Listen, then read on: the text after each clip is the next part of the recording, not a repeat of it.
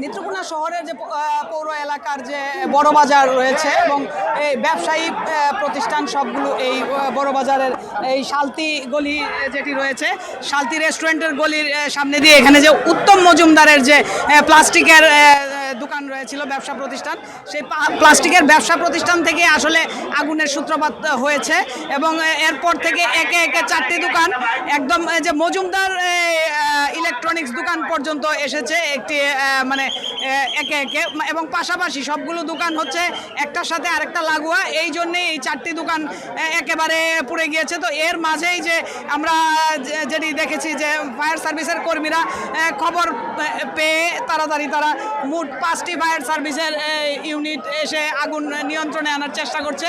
তো এখানকার যে স্থানীয় যাদের কাছ থেকে জেনেছি এবং দেখা গেছে যে রাতের 9টার পরে স্থানীয়রা দেখতে পান যে আগুনের শিখা, লেলিহান শিখা দেখে তারা আশেপাশে সবাইকে ডাকাডাকি করতে করতে এবং পাশেই কাছাকাছি ছিল ফায়ার সার্ভিসের একটি নেত্রকোনা সদর দপ্তর, সেখানে খবর দেওয়ার পরে সাথে সাথেই তারাও এসে আগুন নিয়ন্ত্রণ, কিন্তু বাতাসের জন্য বাতাস এবং গুড়ি গুড়ি বৃষ্টিও ছিল, তো প্রচণ্ড বাতাসের কারণে আসলে আগুন নিভছে আবার নেভার পরপর আবার জ্বলে উঠছে, এই ধরনের পরিস্থিতি চলছে। কিন্তু মজুমদার ইলেকট্রনিক্স পর্যন্তই আসলে আগুনটা এখন পর্যন্ত দাউ দাউ করছে আমরা দেখছি যে, এবং সবচেয়ে বড় কথা হচ্ছে যে এখানের যে পুলিশ এবং এই ফায়ার সার্ভিসের কর্মীরা যেটি ভুক্তভোগী হয়েছেন, তারা এখানকার যে উৎসুক জনতা, এই উৎসুক জনতার জন্য তারা মূলত কাজ করতে একটু হিমশিম খাচ্ছেন,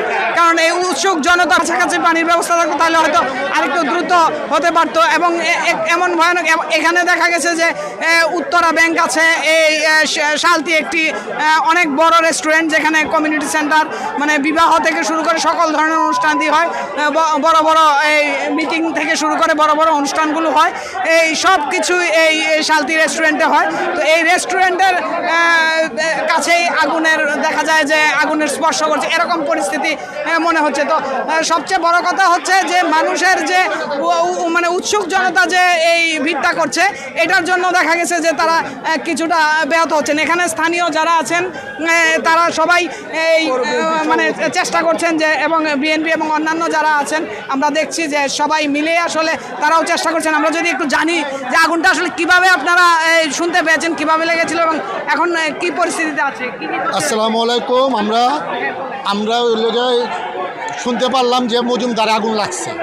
আমাদের এমপি সাহেব নেত্রকোনা 2 ডাক্তার আনোয়ার হক সাহেব সঙ্গে সঙ্গে আমাদের সাথে যোগাযোগ করছে, বললে আমরা পৌর বিএনপি, ছাত্রদল, যুবদল এবং রেড ক্রিসেন্ট এবং ওই লোকে ফায়ার ব্রিগেড সবাই মিলে আমরা মিলেমিশে আমরা আগুন নিবানোর চেষ্টা করতেছি এবং অবিরামভাবে চেষ্টা করতেছি।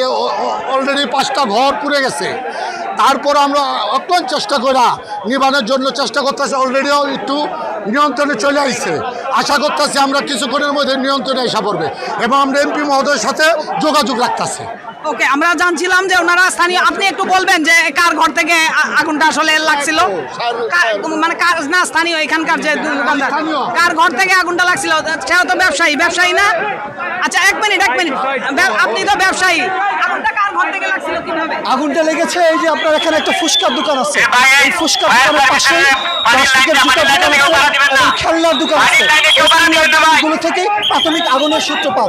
এরপর পরই আমরা আসলে জানছিলাম যে আসলে যে কোথা থেকে এখানে আসলে দেখা গেছে যে আগুন আসলে এদিকে মানে যত চলছে আগুন আস্তে আস্তে মানে এদিকে এগুচ্ছে।